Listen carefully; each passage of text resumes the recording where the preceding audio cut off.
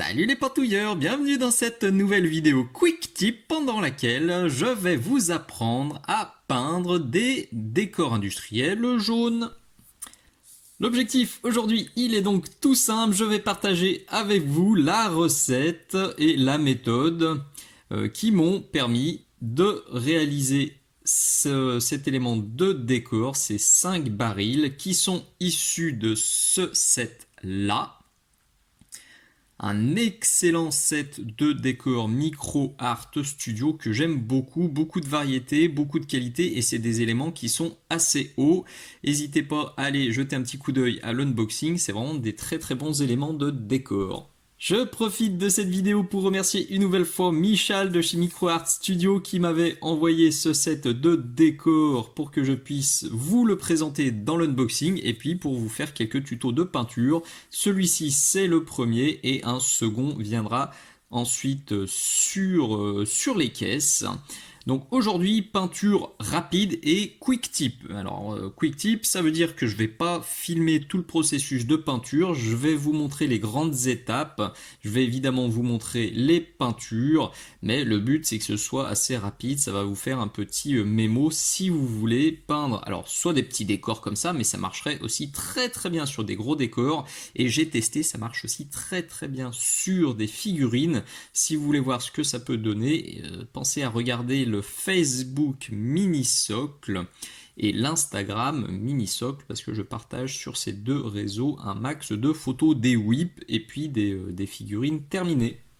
Globalement, la méthode, elle va être très proche de ce que je vous ai déjà montré dans ces deux tutos-là, qui à l'heure où je tourne cette vidéo et à l'heure où cette vidéo va sortir directement et gratuitement sur mon YouTube, et ben ces deux vidéos là de décor, elles sont en avant-première sur mon Patreon et elles seront visibles là-bas uniquement pendant encore plusieurs mois. Donc si vous voulez y jeter un petit coup d'œil, et ben ça se passe sur mon Patreon, le lien est dans la description. Et pendant qu'on parle de description, pensez bien à la lire, s'il vous plaît, parce qu'il y a plein d'infos sur le matos que j'utilise, sur les peintures que j'utilise et sur toutes les façons de me filer un petit coup de main si mon travail vous plaît, en passant par les boutiques partenaires, en passant bien sûr par la boutique Mini-Socle pour acheter ce décor ou plein d'autres choses que je vous ai déjà montré dans d'autres tutos, les pinceaux, le matériel, la peintouillette qui va servir aujourd'hui. Tout ça, il y a plein de choses que je vous fais découvrir. Donc si toutes ces vidéos vous plaisent, ce serait cool de me soutenir en passant par la boutique. Il y a le Patreon Mini-Socle. Vous pouvez aussi tout simplement partager, liker, commenter cette vidéo, commenter les autres vidéos, en parler un maximum aux copains. Et si vous avez des figurines, des rabios ou des décors industriels qui ne vous servent plus, et ben là aussi, n'hésitez surtout pas à me contacter dans les commentaires par exemple, ou sur la boutique Mini-Socle, ou sur le Facebook Mini-Socle, je serai ravi d'en parler avec vous. Les barils ont été sous-couchés en noir et puis je les ai fixés sur un socle cylindrique avec un tout petit peu de superglue. Ça permet de manipuler sans mettre les doigts en permanence sur le décor. Donc on ne se met pas de peinture sur les doigts et puis la peinture accroche mieux parce qu'on ne met pas de gras sur le décor. On voit un petit peu les stries d'impression parce que comme je vous l'ai dit dans l'unboxing, à la base ces barils ont été imprimés en 3D puis moulés par Micro Art Studio. Mais à la fin, on les voit quasiment plus, il faut vraiment se rapprocher pour les voir, parce qu'aujourd'hui, il va y avoir beaucoup de tapotage. Et le tapotage, il a un double avantage, ça rime. Un, c'est facile à faire, c'est pas prise de tête, et deux, surtout, c'est parfait pour les décors imprimés en 3D. Alors en résine, hein, parce que si c'était de la PLA, enfin du PLA avec des grosses stries, ça comblerait pas. Mais sur de la résine avec des stries qui sont très fines, le tapotage va permettre d'atténuer très fortement les stries. Contrairement au brossage à sec qui lui l'accentuerait. Donc je vous déconseille vraiment le brossage à sec sur les décors qui sont imprimés, sauf si vous voulez faire ressortir les stries, mais moi là c'est pas du tout le délire, je veux plutôt les effacer, donc ça va être du tapotage. Place à la peinture, la peintouillette est là, elle va déguster la pauvre aujourd'hui, mais c'est sa vie. Si vous connaissez pas encore ça, je vous le présente très régulièrement dans mes tutos, c'est une exclusivité Minisoc, c'est un chiffon absorbant qui est lavable. Donc ça évite de balancer des tonnes de papier absorbant. Une fois qu'elle est sale, on la met en machine et on la réutilise. Donc c'est économique, c'est écologique, c'est bien. Pinceau de brossage, aujourd'hui moi j'utilise du Abteilung, ils sont aussi sur la boutique Minisocle. J'ai testé 3 marques de pinceaux, c'est de très loin ceux qui tiennent le mieux dans le temps. Donc maintenant j'utilise plus que cela et c'est aussi pour ça que j'ai décidé de vous proposer cela sur la boutique. Pour la peinture, première étape ce sera du Moonfang Brown. Il est là sur la palette, je vais aller chercher une toute petite goutte d'eau. Il faut juste le détendre un petit peu. Il faut pas, c'est pas du tout la consistance d'une couche de base. Là, je veux juste le détendre et je décharge sur ma peintouillette et voilà. Et là, c'est un tout petit peu trop dilué même. Alors, attendez voir. Hop, c'est pas flou, c'est bon. Et là, vous voyez que j'y vais pas avec le dos de la louche. Je cherche pas à poser une couche de base propre, je cherche à bourriner de ouf. Là, j'ai éteint mon cerveau et j'y vais. Alors non, je vais quand même le rallumer sur le bas. Vous avez vu que j'ai commencé par le haut du bidon et je vais descendre tranquillement. Pourquoi je fais ça? Parce que je veux créer une hiérarchisation de la lumière. Je veux quand même que le haut du bidon soit plus clair que le bas du bidon. Donc là, au fur et à mesure que je descends, eh ben, le pinceau il est moins chargé en peinture, il sèche aussi un petit peu. Et donc sur le bas, je vais mettre beaucoup moins de Moonfang Brown. Là, je vais en rechercher un peu, mais j'attaque pas en bas. Pareil, je repars vers le haut et je descends gentiment. Et une fois que je me rends compte qu'il y a moins de peinture, c'est là que je me permets de tapoter tranquillement le bas. Je le laisse pas noir, hein, si on s'y irait pas. Voilà. Premier passage sur le premier bidon, c'est fait. Je vais juste faire un second passage comme ça, en faisant exactement la même chose et en laissant le bas plus sombre. La première étape est faite, vous remarquez que j'ai aussi fait un bidon orange, ça fait un peu de variation et puis ça rappelle les autres éléments qui sont déjà orange sur ma table, ça va lier tous les décors, tous les éléments entre eux, donc c'est cool. Alors bon, avec le recul, je me dis j'aurais mieux fait de m'abstenir quand même parce que j'ai utilisé du Troll Slayer orange, comme sur tous les autres décors orange que j'avais fait jusqu'à présent. Et ça, c'est un nouveau pot que je viens de recevoir. Il n'était pas couvrant du tout. Ça fait plusieurs pots Citadel Games Workshop que je reçois là, qui sont beaucoup plus dilués que les anciens pots que j'avais depuis 2-3 ans parfois. C'est pénible, c'est parce que c'est pas couvrant.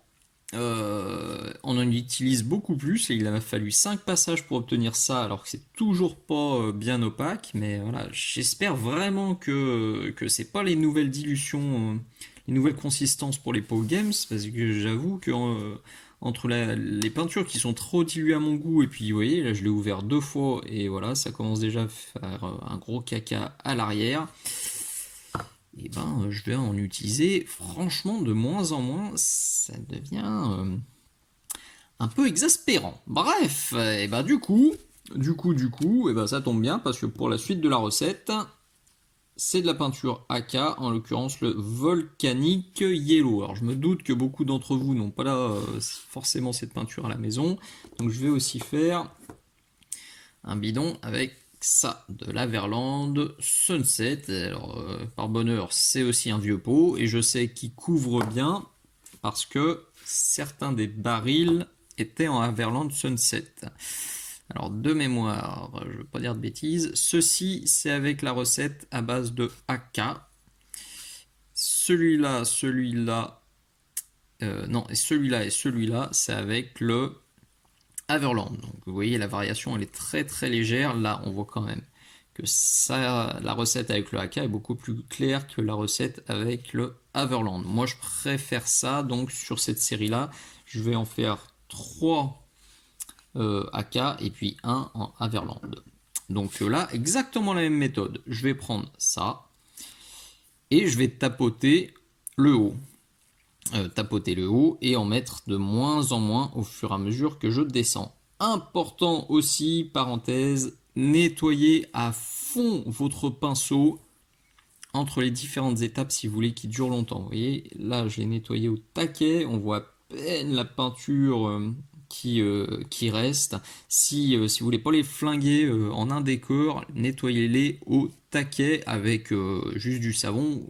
Tout est expliqué dans ce tuto là, que vous retrouverez dans la playlist des techniques générales. Allez, donc je fais cette seconde étape là, cette fois je filme pas, c'est exactement la même chose que la précédente, donc on gagne un petit peu de temps. On voit bien les différentes teintes, donc là c'est avec mon Volcanic Yellow, celui-ci c'est l'Haverland, et bon ça c'est l'orange, donc on va éclaircir de nouveau. Alors pour les trois là, on va partir sur du Deep Yellow de chez AK, et pour celui-ci, eh ben, je vais simplement utiliser le Volcanic Yellow, toujours la même méthode. Donc là je vais éclaircir à peu près le tiers supérieur, et normalement ça devrait suffire. Alors là je vais éclaircir le tiers supérieur de manière quasiment opaque, et quand même sur le bas je vais quand même tamponner un petit peu de ma couleur d'éclaircissement pour que ça fasse pas trop bizarre. Je m'arrête ici, on a déjà un dégradé qui est plutôt sympathique sur ces bidons, vous le voyez. Alors on pourrait aller plus clair ou j'aurais pu rester foncé. Je pense que cette série là va être plus claire que l'autre série. Il me semble que j'avais moins éclairci. On verra à la toute fin. De toute façon, vous voyez que entre ça et ça, il reste quand même quelques étapes. D'ailleurs, on a un peu de mal à croire que ça, ce que vous voyez à gauche, lui et lui, c'est à la base exactement la même couleur. Mais il nous reste quelques grosses étapes de weathering. Mais avant de passer au weathering, eh ben, je vais me mettre en place les bandes blanches que vous pouvez voir là ici. C'est totalement facultatif, mais ça apporte un petit peu de détails. Ça apporte quand même un petit truc. Et puis vous voyez, on a des écailles de peinture qui ont sauté, donc ça je vais vous montrer comment procéder.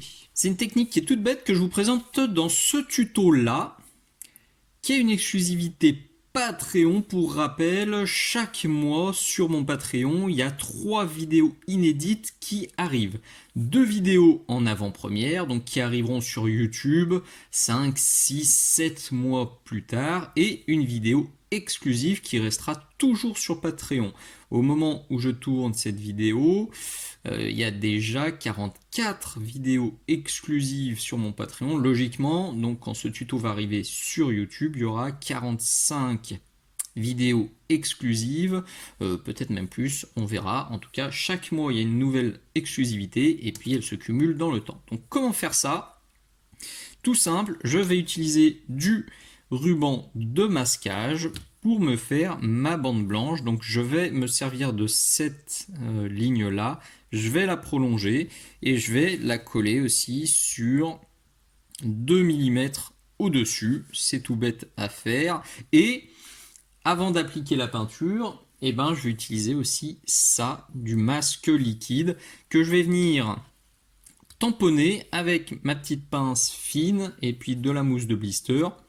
Je vais en tamponner un peu de partout pour obtenir ces fameuses écailles de peinture que vous voyez ici, puisque on verra le jaune apparaître sous le beige, enfin sous ma couleur crème. Ça fait un truc vraiment très réaliste. J'aime beaucoup faire ça, notamment sur les décors, ça fonctionne super bien. Voilà concrètement à quoi ça ressemble. Donc vous avez vu, j'ai fait ma bande en haut et en bas. J'ai protégé aussi les bidons qui sont sur les côtés et vous voyez par endroits le film, le masque liquide là qui a déjà séché. Quand on l'applique c'est verdâtre et une fois sec c'est quasiment transparent si on n'en met pas trop. Oui, il y en a là, il y en a là, il y en a là. Une fois que c'est bien sec, et ben je vais simplement tamponner avec du Screaming Skull. Alors pourquoi le Screaming Skull? Je pourrais utiliser quelque chose de plus clair, ça contrasterait plus sur mes barils, mais le Screaming Skull c'est une peinture que j'ai énormément utilisée sur les autres décors de ma table industrielle, donc voilà. Là aussi, c'est comme le orange, ça me fait un petit rappel, mais je le redis, si vous voulez avoir un résultat plus marqué et plus contrasté, n'hésitez pas à partir sur quelque chose de plus clair, sur de l'ivoire ou sur du off-white par exemple.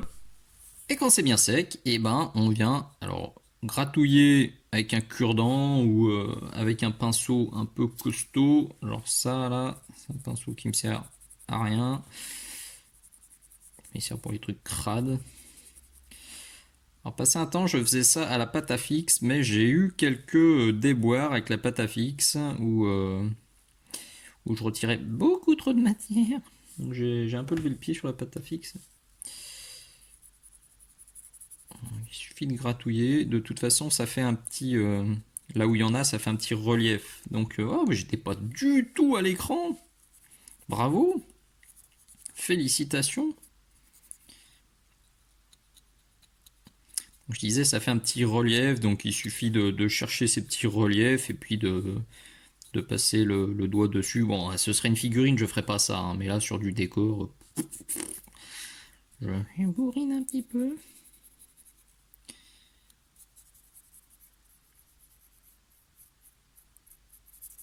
Hop là.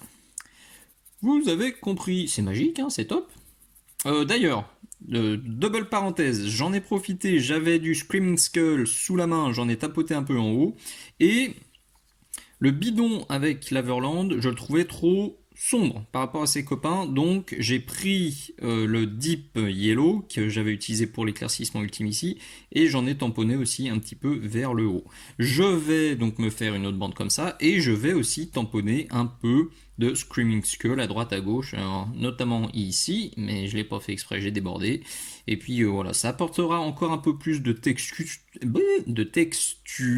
pardon, qui ressortira bien mieux parce que derrière il y a une grosse étape d'ombrage, donc toute texture un petit peu claire apportera un peu de patine, un peu de battle damage, un peu d'éraflure, c'est bon à prendre. J'aime beaucoup ce que j'obtiens ici, ça fait un truc vraiment joli. Bon, par contre là j'aime vachement moins, mais c'est ma faute, j'ai gratouillé avec l'ongle, donc ça a arraché la peinture. Pas de panique Monique, de toute façon, derrière on va remettre des battle damage, donc voilà, ça sera camouflé discretos. Ce que j'ai d'ailleurs fait aussi sur le orange ici, parce que j'avais essayé de gratouiller avec l'ongle. Donc notez bien, ne pas gratouiller avec l'ongle. Je vais rajouter maintenant encore un peu de détails, notamment sur le haut des bidons, puisque j'ai envie que ce soit en métal. Et donc pour ça, je sors du Brass Scorpion, que je vais tapoter avec un autre pinceau rond, toujours un Abteilung.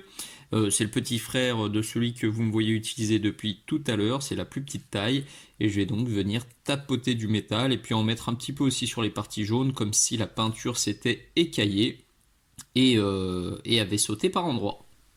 Pas besoin d'y passer 107 heures, c'est juste histoire d'apporter une petite touche métallique et puis de justifier tout le vert de gris que je vais mettre après.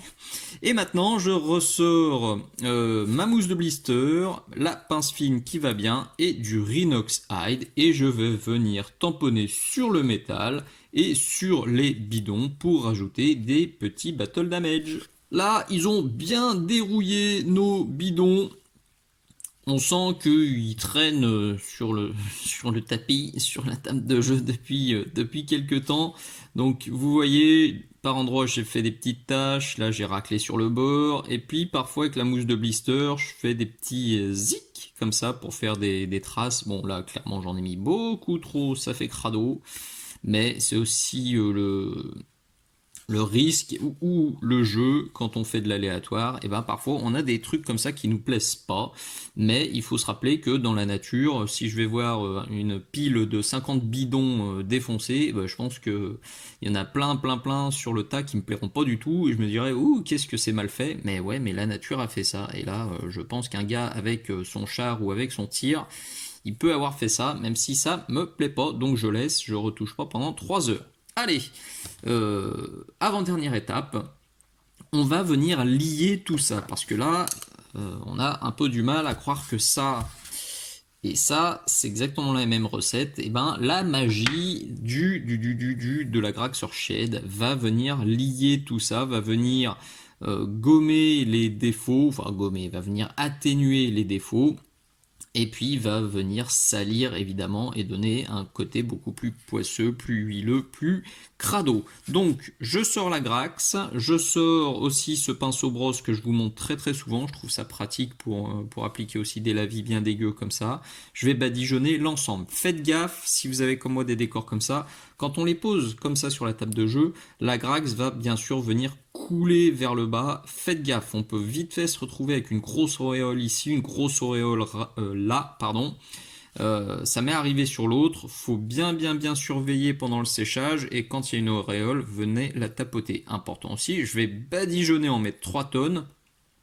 Et avant que ça sèche, je vais décharger mon pinceau, rincer mon pinceau sur la pintouillette et sur le haut, je vais venir en dégager pour avoir plus d'agrax sur le bas, pour encore renforcer le gradient, pour encore renforcer le dégradé et la hiérarchisation de la lumière. Donc c'est pas une application bête et méchante, j'applique et puis je vais boire un café, c'est j'applique, je nettoie mon pinceau, je viens sécher et je surveille à droite à gauche que je ne me retrouve pas avec des grosses auréoles, quitte à, si jamais ça n'a pas assez marqué, soit venir remettre un petit peu sur le bas, soit repasser un second jus uniquement sur le bas pour vraiment forcer les ombres. Si vous le souhaitez, vous pouvez parfaitement vous arrêter là, ça fait déjà de très beaux éléments à poser sur la table, mais vous pouvez aussi rajouter des taches d'huile, vous pouvez remettre encore plus d'aéraflure, vous pouvez rajouter du sang, vous pouvez rajouter plein de trucs. Moi, je vais me faire de l'oxydation avec le Nihilakh Oxide dans un premier temps, que je vais diluer parce qu'il est assez dangereux le Nihilakh, il a tendance à faire des petites, à sécher rapidement entre les poils des pinceaux, à faire plein de petites chiquettes, des petites boulettes assez difficiles à gérer, donc il faut nettoyer très souvent le pinceau. Et après le Nihilakh, je vais mettre celui-ci, le verdigris, qui est plus clair et qui permet de donner plus de profondeur, plus de relief, plus de variabilité aussi dans vos oxydations. Donc je vais faire gaffe de ne pas en mettre de trop parce que sur les premiers décors là que je vous ai montré, j'en avais trop mis et j'ai repassé du coup de la Grax par-dessus parce que c'était trop violent. Donc faites gaffe avec parcimonie. Et voilà le résultat final. Oh, ils ont bien dérouillé ces barils. Et ils y ont parfaitement bien sur ma table industrielle. Je le redis, vous n'êtes pas obligé de les déglinguer autant que moi. La méthodologie, c'est ce qu'il faut bien garder en tête si vous voulez arriver à faire vos décors assez rapidement. Alors, moi je pars sur une sous-couche noire, puis une couleur foncée, une couleur moyenne, une couleur claire, du battle damage, un gros lavis pour lier le tout, de l'oxydation, et puis voilà, c'est surtout ce qu'il faut garder en tête. Si vous n'avez pas les mêmes jaunes que moi, pas d'inquiétude. Si vous n'avez pas le orange, pas d'inquiétude. Vous pouvez les faire vert, vous pouvez les faire bleu, vous pouvez les faire de plein d'autres couleurs. C'est votre table de jeu, c'est vos décors, donc faites ça à votre sauce. Et même d'ailleurs, c'est assez rigolo parce que pour une même recette, vous voyez celui-ci, enfin les trois là sont peints avec exactement la même technique. Alors à la caméra on voit pas la différence, mais en vrai on voit des nuances. Il y a ces deux là, ils sont différents de celui-ci. Alors que j'ai fait exactement la même chose, mais il suffit de tirer le lavis un peu différemment. Peut-être que là j'ai tapoté un peu plus qu'ici. Peut-être que j'ai mis plus d'agrax, moins ici, je l'ai retiré plus. Vous voyez l'idée. Il ne faut pas vous acharner à vouloir reproduire impérativement les mêmes couleurs que moi. Ça vaut pour ce tuto, mais ça vaut pour tous les tutos que je partage. Je vous le dis très souvent, le plus important c'est ce que vous avez en main.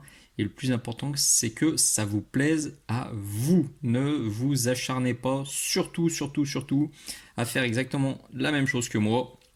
Amusez-vous, faites vos décors et dans tous les cas, à la fin, quand vous aurez peint tous vos décors et que vous aurez une table de jeu remplie, et ben, même si c'est pas exactement la même teinte que moi, même si vous n'avez pas réussi à obtenir le même jaune que moi, je vous garantis que vous serez super content.